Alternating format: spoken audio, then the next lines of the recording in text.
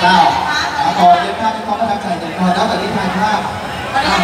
ไอ้ตรงนี้เพื่อนด้วยมึงยังได้ดีนะบอลเดินสอบออกก่อนแล้วเสียจัดการยิ่งใหญ่แบบนี้อีกมากเลยต้องขอบคุณเจ้าของเพลงด้วยมองด้วยเจ้าและตอนนี้น้องมาเก็บภาพเคลื่อนไหวกันได้ทุกที่ภาพเคลื่อนไหวค่ะยิ้มแย้มแจ่มใสค่ะ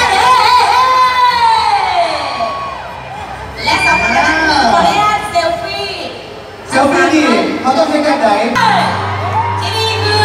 ละครเวียงจันทร์สปป.ลาวขอต้อนรับผู้ชมด้วยความยินดียิ่งสมศักดิ์ศรีมากๆเลยค่ะ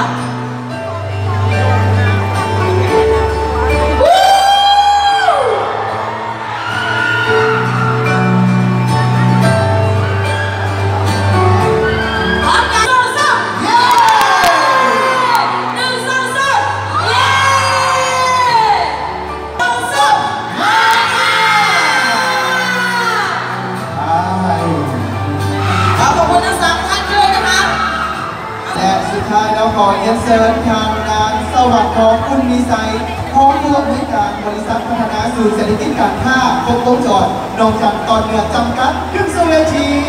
เชิญค่ะเราจะถ่ายรูปหมู่ทั้งหมด3แอคชั่นกันนะคะภาพนิ่ง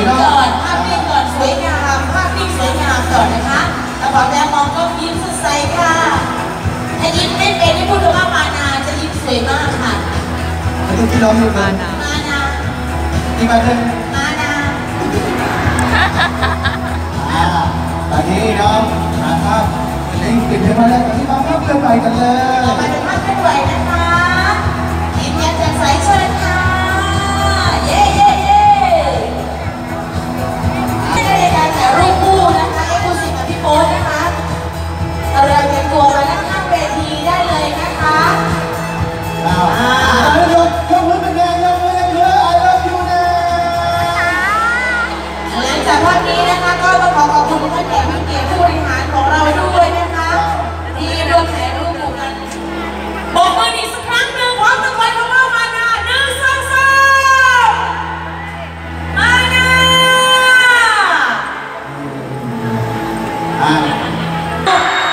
ให้ชิปพี่โป๊ะเยอะเหลือเกิน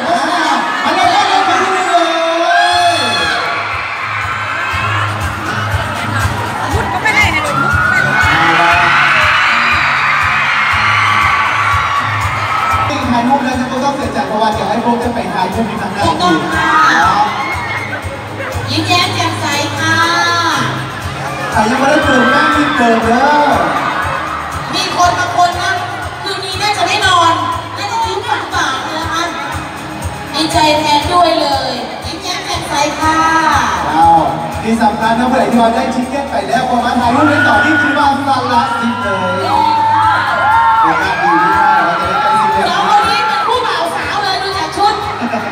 เขาจะไปเลยเจิญจ้าเรารู้เสือเพื่อนเขียนมาอย่างนั้นเสือเพื่อนเขียนมาอย่างนั้นเนี่ยทางไอ้โกบโอ้ยมันทำเสือมาให้พี่โกบเลยเข้าไปเลยเจิญจ้าอยากมีโมเมนต์แบบนี้ในทุกที่นั่นแหละจริงๆแล้วคนเป็นแฟนกันไหว้กันนะถ้าอยากเป็นแฟนเดี๋ยวเอาเป็นไม่เป็นแฟนละ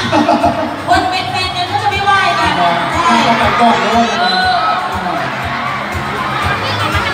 จ้าบอกไม่มีใครอยากเป็นแฟนไม่ทุกคนเลยเนี่ยทำเนี่ยพี่ลูกกี้คือถ้าเป็นแฟนกันก็จะไม่ไหว้กันดีค่ะนอกจากมาไหว้แล้วมีแต่ก่อนโอ้โหตอบได้เลยยิ้มแย้มแจ่มใสเลยอย่าลืมนะใครที่รอที่บ้านแล้วที่มาเด้อขอมาโปรโมทในตลาดซีนเราที่บ่อยครั้งเนาะแล้วและอย่าลืมบางใครต้องการจะเป็นตัวแทนจำหน่ายของงานเราสามารถที่เกิดความสุขในเทศกาลบริการเราไม่ใช่ไม่ทันนะท่านไหนเกี่ยวกับผลิตภัณฑ์ของนานาแบบนี้พอเห็นก็ได้ดีว่าใครที่ว่าจะเปลี่ยนตัวแทนจากทางจะลืมติดต่อบอกมาได้เลยทุกทีสำคัญนะพี่โป๊ฝากบอกมาด้วยแล้วพี่โป๊อยู่ที่นี่พี่โป๊จะไปแจกหมอนที่นี่หลังจากสัมภาษณ์กับวันนี้เรา2 คนและทีมกันแดดมานาโดยพี่โป๊ต้องลาไปก่อนพร้อมกับคำว่าสวัสดีค่ะ